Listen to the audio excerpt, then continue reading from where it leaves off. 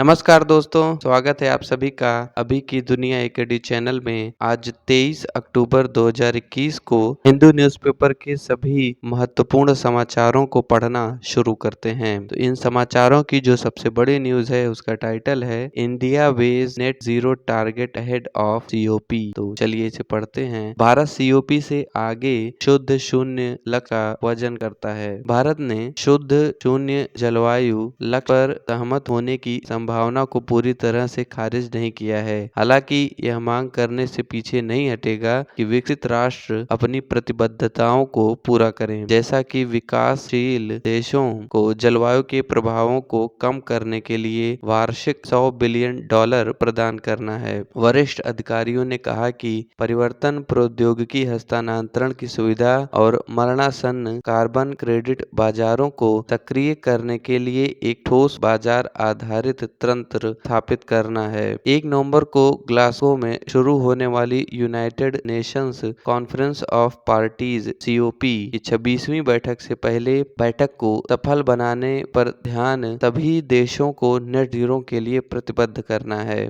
यह एक वर्ष जब किसी देश का जीवाश्म ईंधन का उत्सर्जन चरम पर होगा और किसी समय वातावरण से अतिरिक्त कार्बन निकालकर इसे निष्प्रभावी कर दिया जाएगा। 2050 तक ऐसा करने वाले सभी देश, वैज्ञानिकों का कहना है, औसत तापमान वृद्धि को 1.5 डिग्री सेल्सियस तक सीमित करने का एक मौका होगा, बशर्ते उत्सर्जन 2030 तक 2010 के स्तर के लगभग 45% तक गिर जाए। हालांकि इसका मतलब जीवाश्म में गहरी और महत्वपूर्ण कटौती है। ईंधन का उपयोग जो भारत और अन्य विकासशील देशों के विकास पथ को प्रभावित कर सकता है। तो इसी के साथ ये न्यूज समाप्त हो जाती है। अगला टाइटल है OTT platforms to participate in IFFI. तो चलिए इसे पढ़ते हैं। आईएफएफआई में भाग लेंगे ओटीटी प्लेटफॉर्म। दर्शकों की पसंद में बदलाव को स्वीकार करते हुए 52वें भारतीय अंतर्राष्ट्रीय फिल्म महोत्सव आईएफएफआई 5 प्रमुख streaming platform Netflix, Amazon Prime, Zee five, Voot और सोनी लिव को जगह प्रदान करेगा। यह फिल्म फेस्टिवल 20 से 28 नवंबर तक गोवा में आयोजित होने वाला है। यह पहली बार है जब ओटीटी प्लेटफॉर्म महोत्सव में भाग लेंगे। सूचना और प्रसारण मंत्री अनुराग ठाकुर ने दिल्ली में कहा कि विशेष रूप से ओटीटी प्लेटफॉर्म के लिए बनाई गई फिल्मों को महोत्सव में प्रदर्शित किया जाएगा।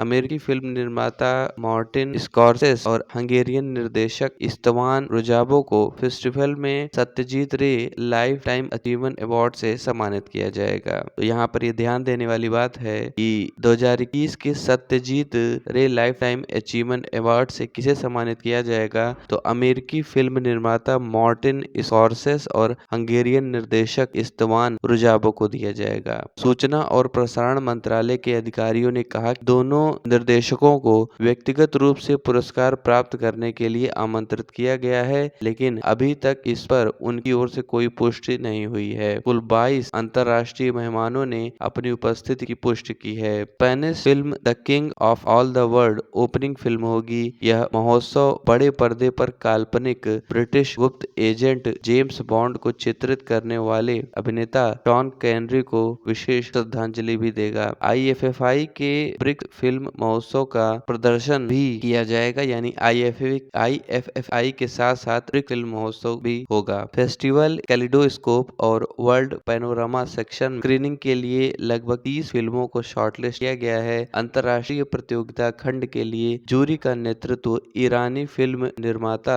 रक्षण बनियतमॉड कर रहे हैं। पहली बार 75 महत्वाकांक्षी फिल्म निर्माताओं को विशेषज्ञों से मास्टर क्लास प्राप्त होगा। तो इसी के साथ ये न्यूज समाप्त हो जाती है। अगली टाइटल है winter season starting with better air than last 3 year CSE. तो चलिए इसे पढ़ते हैं। पिछले 3 साल से बेहतर हवा के साथ शुरू हो रहा सर्दी का मौसम CSE. Centre for science and environment CSE के एक विश्लेषण के अनुसार दिल्ली राष्ट्रीय राजधानी क्षेत्र और भारत गंगा के मैदानी क्षेत्र में पिछले 3 वर्षों की तुलना में इस साल सर्दी का मौसम काफी स्वच्छ हवा के साथ शुरू हो रहा है। विश्लेषण में पंजाब, चंडीगढ़, हरियाणा, दिल्ली, राजस्थान, उत्तर प्रदेश, बिहार और पश्चिम बंगाल के 67 शहरों में फैले 156 निरंतर परिवेशी वायु गुणवत्ता निगरानी स्टेशनों को शामिल किया गया है। 2011 की सर्दी पिछले वर्षों की तुलना में एक साफ सीमा के साथ शुरू हो रही है का मुख्य कारण मानसून के तीव्र और लंबे समय तक प्रभाव है। सीएससी की कार्यकारी निदेशक अनुमिता रॉय चौधरी ने कहा कि शीतकालीन प्रदूषण हमें कितनी जल्दी और तीव्रता से प्रभावित करेगा, ये पूरे क्षेत्र में कार्रवाई के पैमाने और गति पर निर्भर करेगा और अधिक निरंतर वायु गुणवत्ता लाभ के लिए इसका लाभ उठाएगा। विश्लेषण के अनुसार इस साल पूर्व सर्दियों की संख्या पिछले वर्ष की तुलना में आधे से भी कम रही है और कम संख्या दिल्ली एनसीआर में कम प्रदूषण के साथ अच्छी तरह से संबंधित है। लेकिन इसने चेतावनी दी है कि कम गिनती जैसा उपग्रह इमेजरी द्वारा रिपोर्ट किया गया है बादलों के बढ़ते आवरण के कारण भी हो सकता है, जो उपग्रहों को आग लगाने से रोकता है। इस साल सितंबर और अक्टूबर के दौरान वायु गुणवत्ता के संतोषजनक असर वाले दिनों की संख्या बढ़कर 90% हो गई, जबकि 2018 में यह 43% थी। हालांकि 2020 में यह 27% था। सीएससी ने कहा कि इसी तरह का पैटर्न मध्यम प्रदूषित श्रेणी में देखा जाता है। दिल्ली और बड़े क्षेत्र को गंभीर धुंध के एपिसोड को रोकने के लिए तत्काल कार्रवाई की आवश्यकता होगी और लाभ को बनाए रखने के लिए गहन सुधारों को तेज करना होगा। यातायात मात्रा कम करें, अपशिष्ट जलने को खत्म करें, गंदे औद्योगन को खत्म करें और कड़े धूल नियंत्रण उपायों को लागू करें, खासकर निर्माण क्षेत्र में। अभी कार्य करें और निर्णायक रूप से कार्य करें, सुश्री रॉय चौधरी ने कहा। सर्दियों के मौसम में शहर में वायु प्रदूषण मुख्य रूप से पड़ोसी राज्यों और जलवायु परिस्थितियों में पराली जलाने के संयुक्त प्रभाव के कारण होता है, जो हवा की गति और मिश्रण की ऊंचाई को कम करता है, जिसे प्रदूषक फंस जाते हैं। इसी के साथ ये न्यूज समाप्त हो जाती है। अगली न्यूज का टाइटल है Amor falcons in Manipur for annual migration. तो चलिए इसे पढ़ते हैं। वार्षिक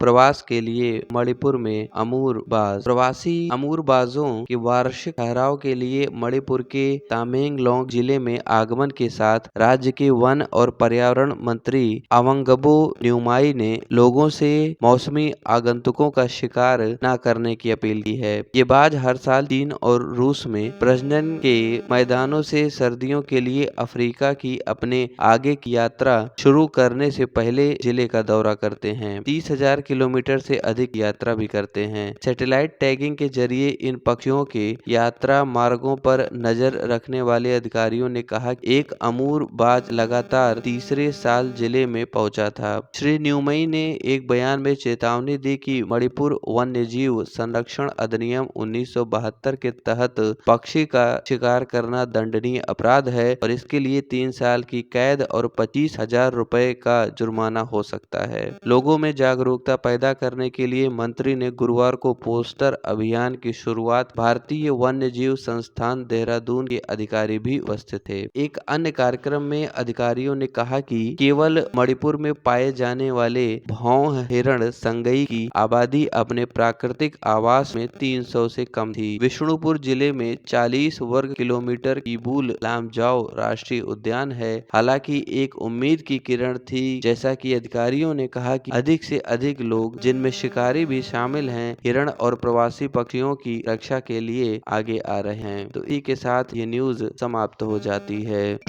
अगली न्यूज का title 58,406 seats out of 70K filled in Delhi university. तो चलिए इसे पढ़ते हैं। दिल्ली विश्वविद्यालय में 70,000 में से 58,406 सीटें भरी गयी। दिल्ली विश्वविद्यालय के कॉलेजों के लिए तीसरी कट ऑफ सूची के तहत अनुमोदन पूरा करने के अंतिम दिन विश्वविद्यालय ने कहा कि उसे 1,70,186 आवेदन प्राप्त हुए थे, जिनमें से 58,406 आवेदकों ने शुल्क का भुगतान करके अपना प्रवेश प्राप्त किया था। कॉलेज के प्राचार्यों द्वारा एक और 9,614 आवेदनों को मंजूरी दी गई थी और उम्मीदवारों के पास शुल्क भुगतान प्रक्रिया को पूरा करने के लिए 23 अक्टूबर तक का समय है। प्रवेश कार्यक्रम के अनुसार चौथी प्रवेश कट ऑफ सूची 30 अक्टूबर को घोषित की जाएगी। तो इसी के साथ ये न्यूज समाप्त हो जाती है। अगली न्यूज का टाइटल है counters of theatre command in works. तो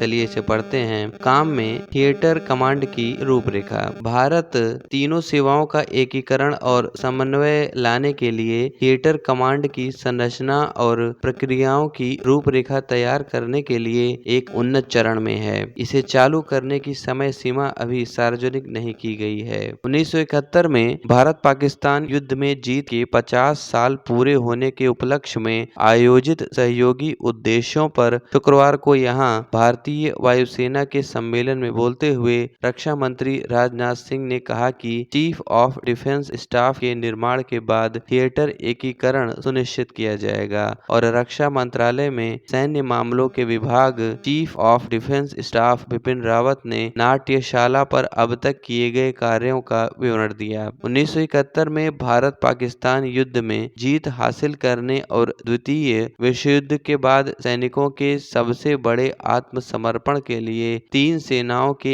एकीकृत प्रयासों को याद करते हुए उन्होंने बदलती स्थिति में एकीकरण की आवश्यकता पर जोर दिया। रक्षा मंत्री ने कहा कि सशस्त्र बलों और रक्षा मंत्रालय को और एकीकृत किया जाएगा। आने वाले दिनों में आगे की प्रक्रिया के रूप में थिएटर एकीकरण सुनिश्चित किया जाएगा। एकीकरण खरीद, स्वदेशीकरण और क्षमता विकास को प्राथमिकता देने का होगा। जनरल रावत ने कहा कि भारत ने कुछ सर्वोत्तम प्रथाओं को अपनाने के लिए अमेरिका, ब्रिटेन, रूस और चीन के थिएटर कमांड मॉडल का व्यापक अध्ययन किया है। उन्होंने कहा कि हम अपनी राष्ट्रीय सुरक्षा को पूरा करने के लिए एक दर्जी मॉडल अपनाएंगे। हम maritime theatre command, joint air defence structure और लैंड सेंट्रिक थिएटर कमांड के साथ आगे बढ़ रहे हैं। नाटकीकरण की अवधारणा को विभिन्न स्तरों पर आम सहमति आधारित दृष्टिकोण पर आगे बढ़ाया जा रहा है। अधिक तालमेल लाने और अतिरेक को कम करने के लिए सेवा प्रमुखों के परिचालन नियंत्रण बनाए रखने की संभावना है। उन्होंने कहा कि थिएटर कमांड की पहचान कार्यों, खतरों, अवसरों और संपत्तियों पर आधारित होगी। स्टाफ कमेटी के प्रमुखों द्वारा प्रस्ताव की जांच और अंतिम रूप दिए जाने के बाद इसे सरकार द्वारा संचालित किया जाएगा। जनरल रावत ने कहा कि थिएटर कमांड के निर्माण पर कोई मतभेद नहीं है। हम सभी सेवाओं को बोर्ड पर लेंगे और फिर थिएटर कमांड बनाएंगे जो हमारी आवश्यकता के अनुरूप होगा। नाट्यकरण की समय सीमा के बारे में उन्होंने कहा कि एक संगठन बनाने और एक संरचना को स्थापित करने में लंबा समय लगेगा।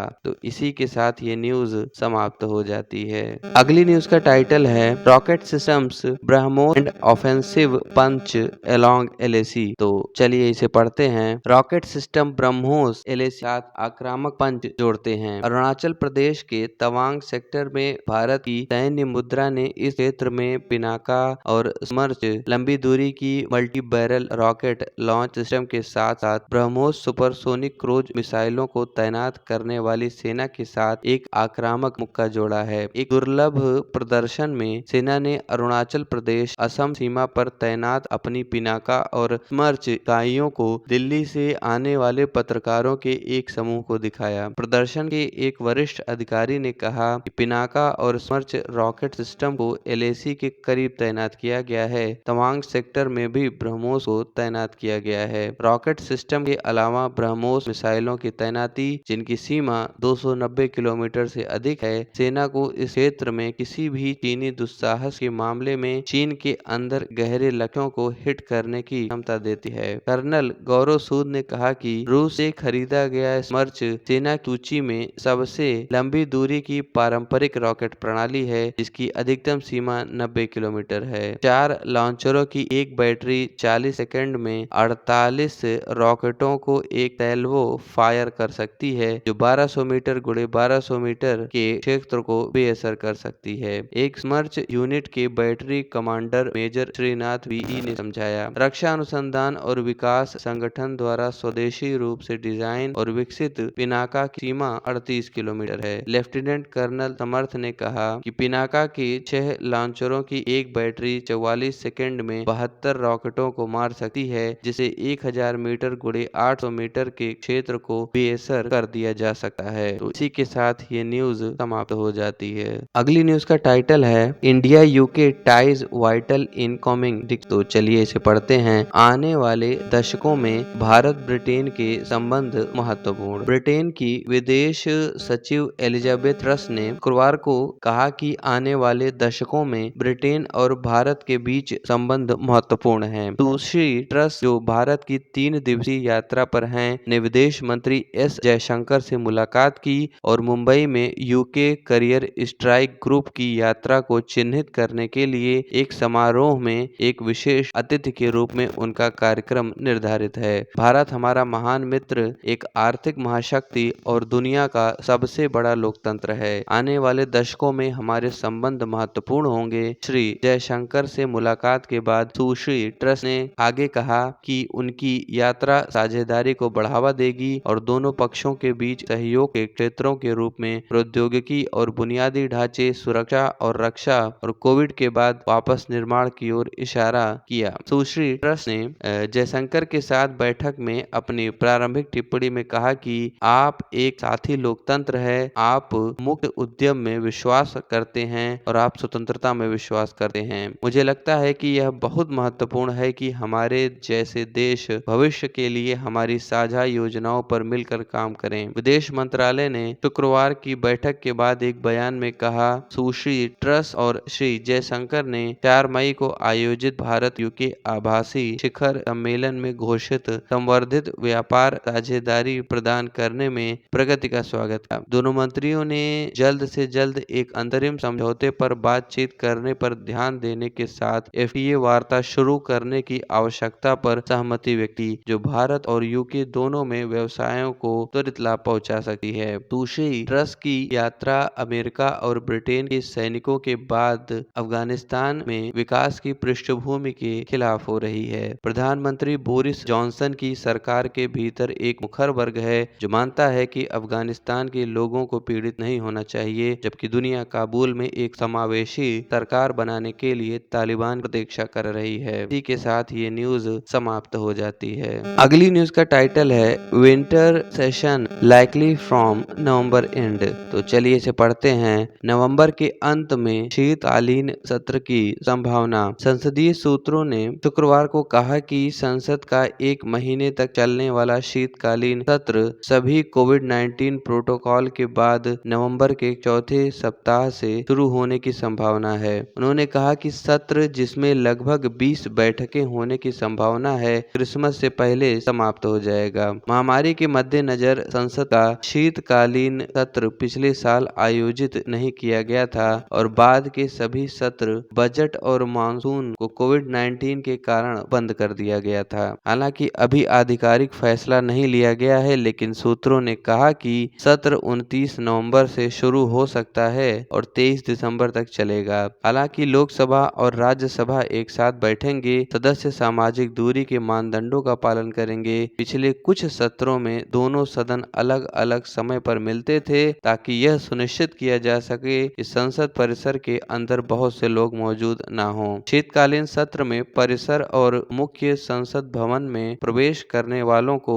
हर समय मास्क पहनना होगा। उन्हें कोविड परीक्षण से गुजरना पड़ सकता है। शीतकालीन सत्र का महत्व इसलिए है क्योंकि यह राजनीतिक रूप से महत्वपूर्ण उत्तर प्रदेश सहित 5 राज्यों में विधानसभा चुनाव से कुछ महीने पहले ही होगा। तो इसी के साथ ये न्यूज समाप्त हो जाती है। अगली न्यूज का टाइटल है पेट्रो टैक्सेस फंडिंग वैक्सीन पूरी। तो चलिए इसे पढ़ते हैं। पेट्रो टैक्स टीके की फंडिंग कर रहे हैं पूरी। पेट्रोलियम और प्राकृतिक गैस मंत्री हरदीप पुरी ने यह दोहराते हुए कि पेट्रोलियम उत्पादों पर लगाया जाने वाला उत्पाद शुल्क मुफ्त कोविड-19 टीकों और जन कल्याणकारी योजनाओं का वित्त पोषण कर रहा है। शुक्रवार को पेट्रोलियम और प्राकृतिक गैस मंत्री हरदीप पुरी ने कहा कि जब तक भारत पूरी आबादी का टीकाकरण नहीं करेगा, तब तक वैश्विक तेल की कीमतों में गिरावट की संभावना है। उस समय कटौती की उम्मीद की जा सकती है। TERAW द्वारा इंडिया एनर्जी फोरम के समापन संवाददाता सम्मेलन में ईंधन के लिए उच्च खुदरा कीमतों के बारे में कई प्रश्नों का सामना करते हुए श्री पुरी ने कहा कि केंद्र उत्पाद शुल्क के रूप में 32 रुपए प्रति लीटर चार्ज कर रहा था, भले ही तेल की कीमत $19 प्रति बैरल थी या नहीं, $84 प्रति बैरल, जबकि राज्य यथामूल्य शुल्क लेते हैं। इस बात पर जोर देते हुए कि कहीं भीषण सर्दियों और 2 देशों के बीच एक समस्या के कारण वैश्विक कोयला संकट के बाद तेल कीमतें बढ़ी हैं, मंत्री ने कहा कि भारत में राजनीतिक कथा सरलीकृत थी और काम पर कठिन कारण को नहीं समझती थी। उन्होंने कहा कि मुझे लगता है कि भारत में सरल राजनीतिक कथा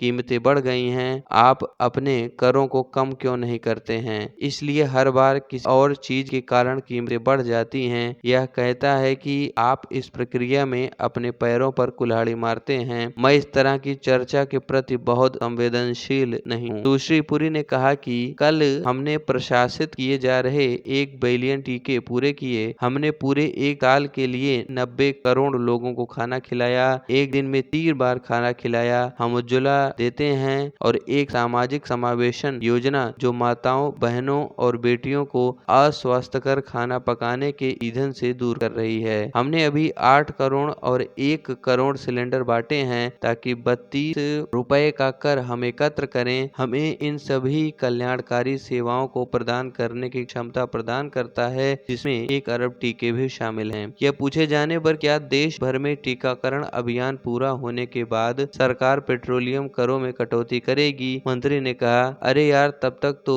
वैसे ही दाम नीचे आ जाएगा। आप इतनी लंबी सोच क्यों करते हैं? तब तक कीमतें वैसे भी गिर जाएंगी। आप इतना आगे की क्यों सोच रहे हैं? मैं पूरी तरीके से आशावादी हूँ। यदि आप ओपेक प्लस से 2022 के लिए विश्लेषण देखेंगे तो आपूर्ति मांग से अधिक होने की संभावना है। उस समय एक और सवाल खड़ा हो सकता है जो मैं यहाँ नहीं कहना चाहता। हालांकि टीकों और मुफ्त खाद्यान्न पर परिव्यय के बारे में एक अनुवर्ती प्रश्न के लिए मंत्री ने कहा कि उन्होंने उन्हें उदाहरण के रूप में उद्धृत किया था। उन्होंने कहा कि यह अंकगणित का सवाल नहीं है। लोकतांत्रिक रूप से चुनी गई किसी भी सरकार का कर्तव्य है कि वह अपने नागरिकों के लिए सड़कें बनाएं और अन्य सुविधाएं प्रदान करें। अगर हम बात से निर्देशित होते हैं और सब कुछ बंद कर देते हैं, यह भी बाद में संभव है कि वे तेल बेचना चाहते हैं और आपको इसे लेने की बिल्कुल भी आवश्यकता नहीं है। उन्होंने कहा कि मैं आपको बता सकता हूं, सरकार पर पूरा ध्यान दे रही है। हम एक संघीय व्यवस्था में हैं। केंद्र से उत्पाद का एक तत्व है, राज्यों द्वारा यथानुसार है। चाहे यह पूछे जाने पर कि क्या विकास पर प्रतिकूल प्रभाव को रोकने के लिए ईंधन उत्पादों पर कर कटौती पर विचार किया जाएगा, क्योंकि उच्च मात्रा से राजस्व को बढ़ावा देने में मदद मिल सकती है। मंत्री ने कहा कि पश्चिम बंगाल में तेल की उच्च कीमतें हाल ही में कर वृद्धि के कारण हैं। उन्होंने कहा कि जब मैं एक राजनीतिक बैठक के दौरान वहां था, मुझसे पूछा गया कि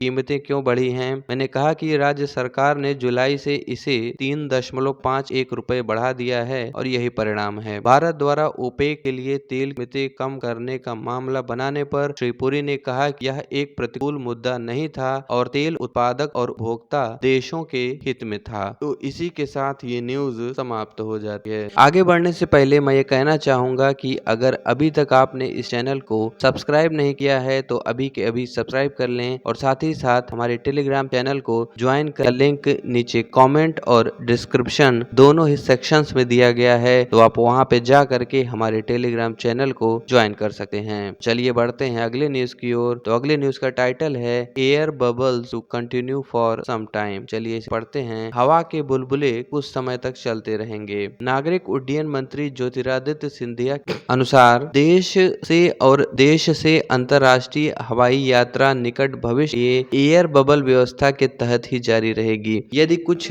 मार्गों की मांग में तेजी देखी जाती है तो सरकार एयर बबल के भीतर उड़ानों की बढ़ती आवृत्ति पर विचार कर सकती है। एक सवाल के जवाब में उन्होंने कहा कि हमारी वर्तमान एयर बबल व्यवस्था के भीतर हम विस्तार कर रहे हैं। पहले यूके में केवल 15 उड़ानें थीं, जिसे अब बढ़ाकर 35 उड़ानें कर दी गई हैं। हम इसे पूरे मंडल में करने जा रहे हैं। जैसे जैसे मांग बढ़ती है, हम इसे उड़ानों की संख्या के रूप में बढ़ाने जा रहे हैं। आगे उन्होंने कहा कि अंतर्राष्ट्रीय यात्रा केवल नागरिक मंत्रालय द्वारा नियंत्रित नहीं होती है, बल्कि स्वास्थ्य और परिवार मामलों के मंत्रालय द्वारा भी हैं और अन्य देशों पर निर्भर करते हैं। उन्होंने कहा कि विभिन्न देशों द्वारा यात्रा प्रतिबंध भारत को अंतर्राष्ट्रीय यात्रा को तरह से सरकार ने 23 मार्च अंतर्राष्ट्रीय उड़ानों पर प्रतिबंध लगा दिया था। वर्ष बाद सरकार ने विभिन्न के साथ एयर बबल समझौतों में प्रवेश करके आसान कर दिया, जिसमें सीमित संख्या में भारत से आने जाने उड़ानें थीं। भारत का अब 28 देशों के साथ एयर बबल टाई अप है। इसी के साथ ये समाप्त हो जाते हैं। अगली न्यूज का टाइटल है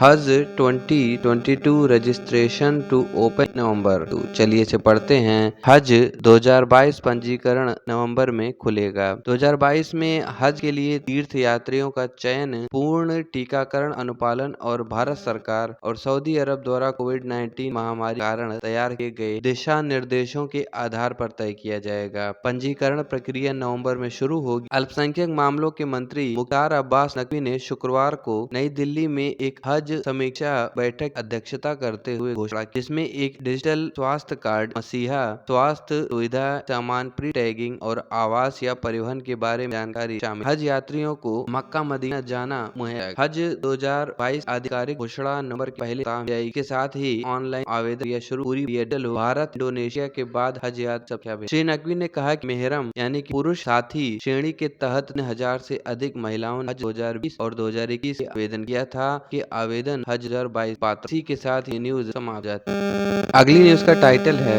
US will defend Taiwan against China. तो चलिए इसे पढ़ना शुरू करते हैं। चीन के खिलाफ ताइवान की रक्षा करेगा अमेरिका। संयुक्त राज्य अमेरिका ताइवान की रखेगा यदि चीन उस पर हमला करता है। राष्ट्रपति जो बिडेन ने शुक्रवार को बीजिंग से चेतावनी देते हुए कहा कि लोकतांत्रिक द्वीप को वापस लेने के उसके दृढ़ संकल्प को कम करके नहीं आंका जाना चाहिए। चीन स्वशासित ताइवान को अपना क्षेत्र मानता है और जरूरत पड़ने पर एक दिन द्वीप को बलपूर्वक जब्त करने की कसम खाई है। हाल के वर्षों में बीजिंग की कृपाण खटखटाहट तेज हो गई है, जिससे आशंका है कि 23 मिलियन लोगों का द्वीप एक प्रमुख वैश्विक फ्लैश पॉइंट बन सकता है।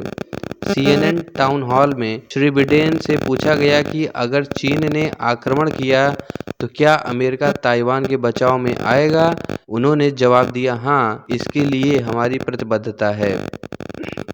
श्री बिडेन का बयान लंबे समय से चली आ रही अमेरिका नीति के विपरीत था, जिसे रणनीतिक अस्पष्टता के रूप में जाना जाता है, जहां वाशिंगटन ताइवान के बचाव का निर्माण करने में मदद करता है, लेकिन युद्ध की स्थिति में द्वीप की मदद के लिए स्पष्ट रूप से आने का वादा नहीं करता है। नीति को चीनी आक्रमण को रोकने के लिए और ताइवान को औपचारिक रूप से स्वतंत्रता की घोषणा करने से हतोत्साहित करने के लिए डिजाइन किया गया है, जिसे बीजिंग एक लाल रेखा मानता है। श्री बिडेन की टिप्पणियों का शुक्रवार को ताइवान द्वारा स्वागत किया गया, जिसने बीजिंग से खुद को बचाने के लिए अंतर्राष्ट्रीय गठबंधनों को मजबूत करने पर जोर दिया है। राष्ट्रपति कार्यालय के प्रवक्ता जेवियर चांग ने एक बयान में कहा कि अमेरिकी सरकार ने वास्तविक कार्यों के माध्यम से ताइवान के लिए अपने ठोस समर्थन का प्रदर्शन किया है, लेकिन बीजिंग ने चेतावनी दी कि श्री बिडेन की टिप्पणियों ने चीन अमेरिका संबंधों को नुकसान पहुंचाने का जोखिम उठाया।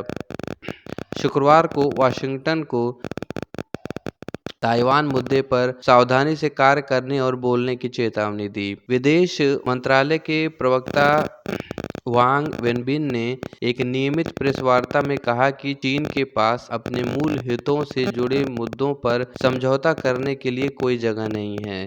बाद में शुक्रवार को व्हाइट हाउस ने स्पष्ट किया कि यह अभी भी 1979 के ताइवान संबंध अधिनियम द्वारा निर्देशित था, जिसमें कांग्रेस को ताइवान के पर्याप्त आत्मरक्षा क्षमताओं को बनाए रखने में सक्षम बनाने के लिए संयुक्त राज्य अमेरिका को हथियार प्रदान करने की आवश्यकता थी।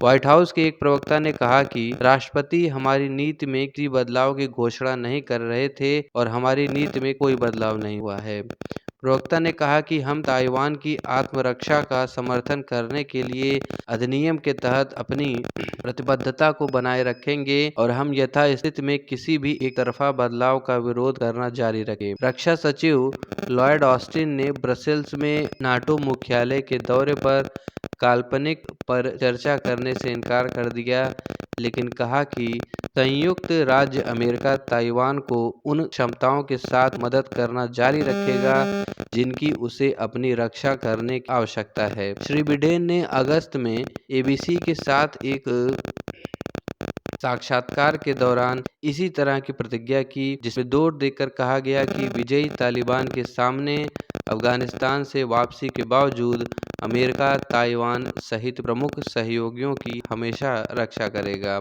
श्री बिडेन ने कहा कि अमेरिका ने कनाडा और यूरोप में नाटो सहयोगियों की रक्षा के लिए एक पवित्र प्रतिबद्धता की है और यह जापान के साथ समान है, दक्षिण कोरिया के साथ समान है और ताइवान के साथ भी ऐसा ही है। व्हाइट हाउस ने बाद के दोनों मौकों पर संवाददाताओं से कहा कि ताइवान पर अमेरिकी नीति नहीं बदली है।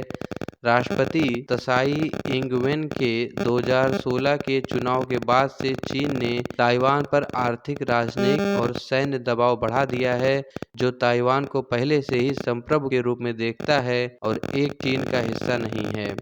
पिछले साल चीन द्वारा ताइवान के वायु रक्षा क्षेत्र में लड़ाकू जेट और परमाणु सक्षम बम वर्षक की लहरें भेजने के साथ सैन्य दबाव बढ़ गया है। इसी के साथ ये न्यूज समाप्त हो जाती है। अगली न्यूज का टाइटल है 43 countries call on China at UN to respect Uyghur right. तो चलिए इसे पढ़ते हैं। 43 देशों ने यूएस में चीन से उइगर अधिकारों का सम्मान करने का आह्वान किया। संयुक्त राष्ट्र में गुरुवार को पढ़े गए एक बयान में शिनजियांग में मुस्लिम उइगर समुदाय के लिए 43 देशों ने चीन से कानून के शासन के लिए पूर्ण सम्मान सुनिश्चित करने का आह्वान किया, जिसने बीजिंग से नाराजगी जताई। संयुक्त राज्य अमेरिका के साथ साथ कई यूरोपीय और एशियाई सदस्य राज्यों और अन्य लोगों द्वारा हस्ताक्षरित घोषणा में चीन पर उइगरों के खिलाफ मानवाधिकारों के उल्लंघन का आरोप लगाया गया, जिसमें यातना, जबरन नसबंदी और जबरन गायब होना शामिल था। संयुक्त राष्ट्र में फ्रांस द्वारा पढ़े गए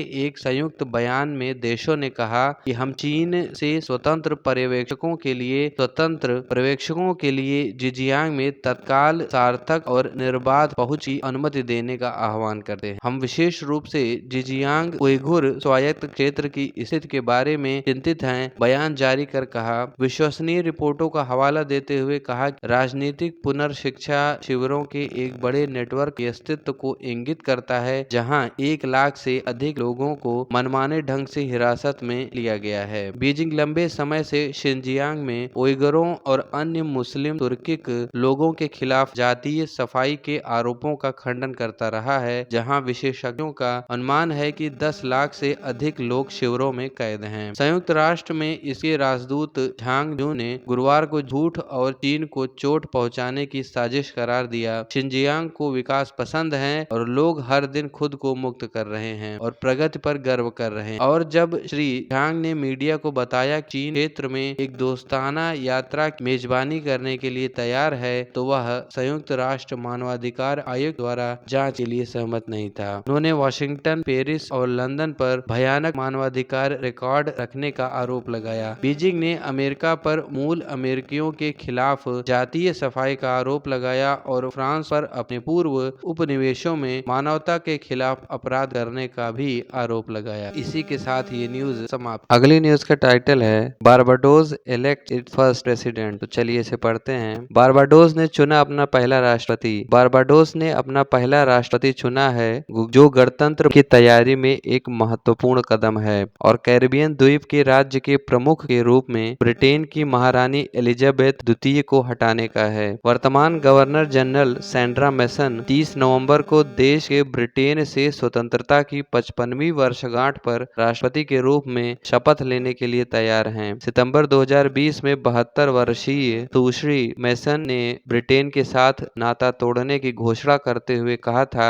कि अब समय आ गया है कि हम अपने औपनिवेशिक अतीत को पूरी तरह से पीछे छोड़ दें। तो इसी के साथ ये न्यूज समाप्त हो जाती है। अगली न्यूज का टाइटल है energy transition poses inflation risk. तो चलिए इसे पढ़ते हैं। ऊर्जा संक्रमण से मुद्रास्फीति जोखिम पैदा होता है। हरित के लिए चल रहे विश्वव्यापी संक्रमण ने 1970 के दशक के समान ऊर्जा मूल्य झटके को ट्रिगर करने का एक महत्वपूर्ण जोखिम पैदा किया है, जो मुद्रास्फीति में तेजी लाएगा। आरबीआई की मौद्रिक नीति समिति एमपीसी के एकमात्र सदस्य जयंत वर्मा ने केंद्रीय बैंक के साथ जारी रखने के खिलाफ मतदान करने के लिए कहा। श्री वर्मा ने पिछली एमपीसी बैठक में कहा कि इसका मतलब यह है कि लंबी अवधि की मुद्रास्फीति उम्मीदों के लिए ऊपर की ओर जोखिम अब और अधिक बढ़ गया है। उन्होंने कहा कि मेरी दूसरी हालिया चिंता 1980 के दशक के अंत में जापान की याद ताजा करते हुए चीन में उभरती वित्तीय क्षेत्र की नाजुकता से उत्पन्न वैश्विक विकास के लिए जोखिम के बारे में है। उन्होंने कहा कि ये दोनों जोखिम एमपीसी के नियंत्रण से बाहर हैं, लेकिन वे लचीलेपन और चपलता की एक बढ़ी हुई डिग्री की गारंटी देते हैं। साथ ही साथ उन्होंने कहा कि धीमी गति में नीति निर्माण का एक पैटर्न जो आश्चर्य से बचने की अत्यधिक इच्छा से निर्देशित होता है, अब उचित नहीं है। उन्होंने कहा कि वह रिवर्स रेपो दर को मौजूदा 3.35% से बढ़ाकर 4% करने के पक्ष में थे, ताकि मुद्रास्फीति लक्ष्य के प्रति एमपीसी की प्रतिबद्धता को प्रदर्शित करना, उम्मीदों पर खरा उतरने में मदद करना और व्यापक आर्थिक स्थिरता को बढ़ाना हो सके। अगस्त से अपने आरक्षण को दोहराते हुए श्री वर्मा ने कहा कि उनका केंद्रीय तर्क यह था कि कोविड-19 महामारी एक आर्थिक संकट के बजाय एक मानवीय त्रासदी में बदल गई थी और मौद्रिक नीति राजकोषीय उपायों की तुलना में सबसे खराब लोगों को लक्षित राहत प्रदान करने में बहुत कम प्रभावी होगी। इसके अलावा मुद्रास्फीति के दबाव पहले की अपेक्षा अधिक दृढ़ता के संकेत दिखा रहे थे। अन्य सदस्य जिन्होंने ब्याज दरों को बनाए रखने और समायोज्य रुख को बनाए रखने के लिए मतदान किया ने भी मुद्रास्फीति के दृष्टिकोण के बारे में चिंता व्यक्त की, क्योंकि एमपीसी ने देखा कि मुख्य मुद्रास्फीति खाद्य और ईंधन को छोड़कर मुद्रास्फीति जुलाई अगस्त 2021 में 5.8% पर बढ़ी और चिपचिपा रही। शशांक भिड़े ने कहा कि मुख्य मुद्रास्फीति परिवहन, ईंधन और परिवहन सेवाओं की कीमतों से प्रभावित होती है, जो कच्चे तेल की कीमतों के झटके से सीधे प्रभावित होती है। आशिमा गोयल द्वारा प्रतिध्वनित एक विचार जिन्होंने भी ईंधन पर कर में कटौती का आग्रह किया। तो इसी के साथ ये न्यूज समाप्त हो जाती है। अगली न्यूज का टाइटल है IOC eyes full refinery run as fuel demand rebounds. तो चलिए इसे पढ़ते हैं। आईओसी की नजर ईंधन की मांग में सुधार के रूप में पूर्ण रिफाइनरी चलाने पर है। देश की सबसे बड़ी तेल company Indian oil corporation IOC को उम्मीद है कि ईंधन की मांग वापस आने के साथ ही रिफाइनरी एक तिमाही के भीतर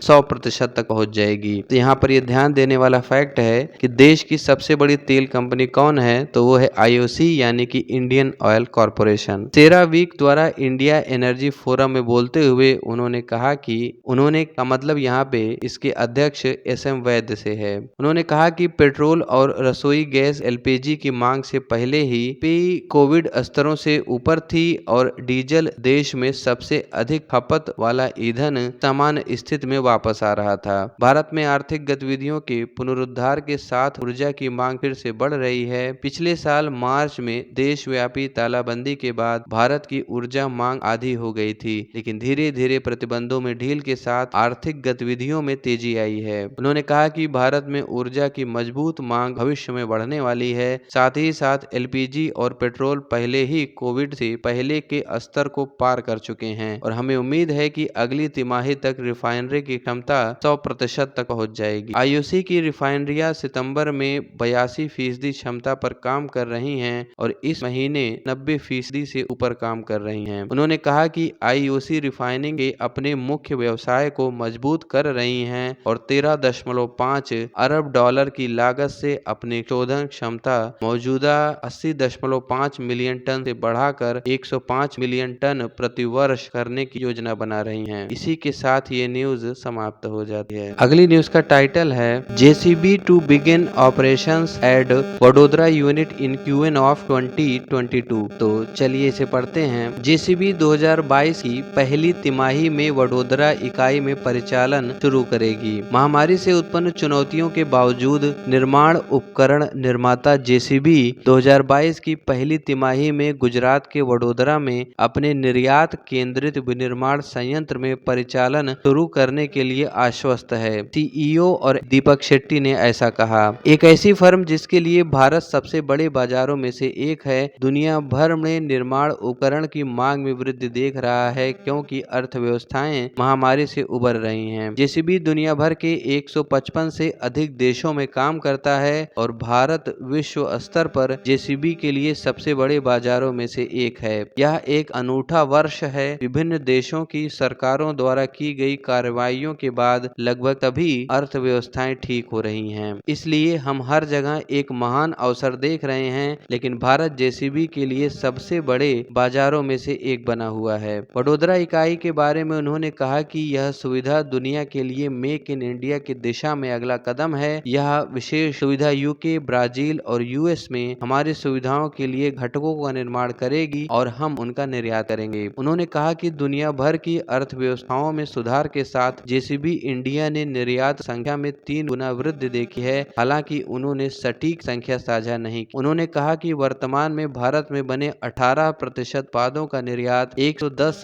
से अधिक देशों में किया जा रहा है। पहले चरण में कंपनी ने वडोदरा संयंत्र में 650 करोड़ रुपए का निवेश किया है, जिसके लिए कुल निवेश 1000 करोड़ रुपए से अधिक होने की संभावना है। कंपनी की योजना संयंत्र में कर्मचारियों के 50% के लिए महिलाओं के खाते में है। पूरी तरह से चालू होने पर संयंत्र में 1200 श्रमिकों को रोजगार देने का अनुमान है। तो इसी के साथ ये न्यूज समाप्त हो जाती। अगली न्यूज का टाइटल है RIL net surges 43% on oil product demand. तो चलिए इसे पढ़ते हैं। रिलायंस इंडस्ट्रीज लिमिटेड भारत की सबसे मूल्यवान कंपनी ने दूसरी तिमाही के लाभ सूचना दी, जो बाजार की अपेक्षाओं को पार करने के लिए 43% उछल गया, क्योंकि तेल उत्पादों की उच्च ने इसके मुख्य तेल से रसायन व्यवसाय को बढ़ावा दिया। अरबपति मुकेश अंबानी के नेतृत्व वाले समूह ने कहा कि 30 सितंबर को सप्ताह तिमाही में समेकित लाभ बढ़कर 136.80 बिलियन डॉलर हो गया, जो एक साल पहले 95.67 बिलियन डॉलर था। रीफिनिटिव डेटा के अनुसार विश्लेषकों ने औसतन 134.65 बिलियन डॉलर के लाभ की उम्मीद की थी। कंपनी ने कहा कि तेल से रसायन इकाई से राजस्व इसके रिफाइनिंग और पेट्रोकेमिकल्स दोनों कार्यों के लिए घर 58.1% बढ़ा, जिससे उत्पादों की मांग में तेज सुधार और उच्च परिवहन ईंधन मार्जिन से लाभ हुआ। रिलायंस की दूरसंचार इकाई जियो ने लाभ में 24% की वृद्धि दर्ज की। संचालन से कुल राजस्व एक साल पहले से 50% बढ़कर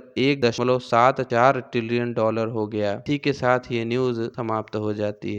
अगली न्यूज का टाइटल है Mercedes to directly sell cars to clients. तो चलिए इसे पढ़ते हैं। मर्सिडीज सीधे ग्राहकों को कार बेचेगी। जर्मन लग्जरी कार निर्माता मर्सिडीज बेंज ने शुक्रवार को अपने ग्राहक केंद्रित retail of the future ROTF direct to business model को लागू किया। इस नए प्रारूप में मर्सिडीज बेंज इंडिया कारों के पूरे स्टॉक का स्वामित्व बरकरार रखेगी और उन्हें नियुक्त फ्रेंचाइज पार्टनर्स डीलर के माध्यम से सीधे ग्राहकों को इनवॉइस करके रिटेल करेगी। कंपनी ग्राहक के आदेशों को संसाधित करने और उन्हें पूरा करने के लिए भी जिम्मेदार होगी। ROTF के साथ कंपनी द्वारा एक राष्ट्रीय स्तर पर निर्धारित मूल्य होगा, जो पूरे देश में एक समान होगा। कंपनी के MD और CEO मार्टिन श्वेंक ने कहा कि ROTF हमारे फ्रेंचाइजी भागीदारों को सशक्त बनाने के साथ साथ हमारे ग्राहकों के उभरते रुझानों को पूरा करता है। इसी के साथ ये न्यूज समाप्त हो जाती है। अगली न्यूज का टाइटल है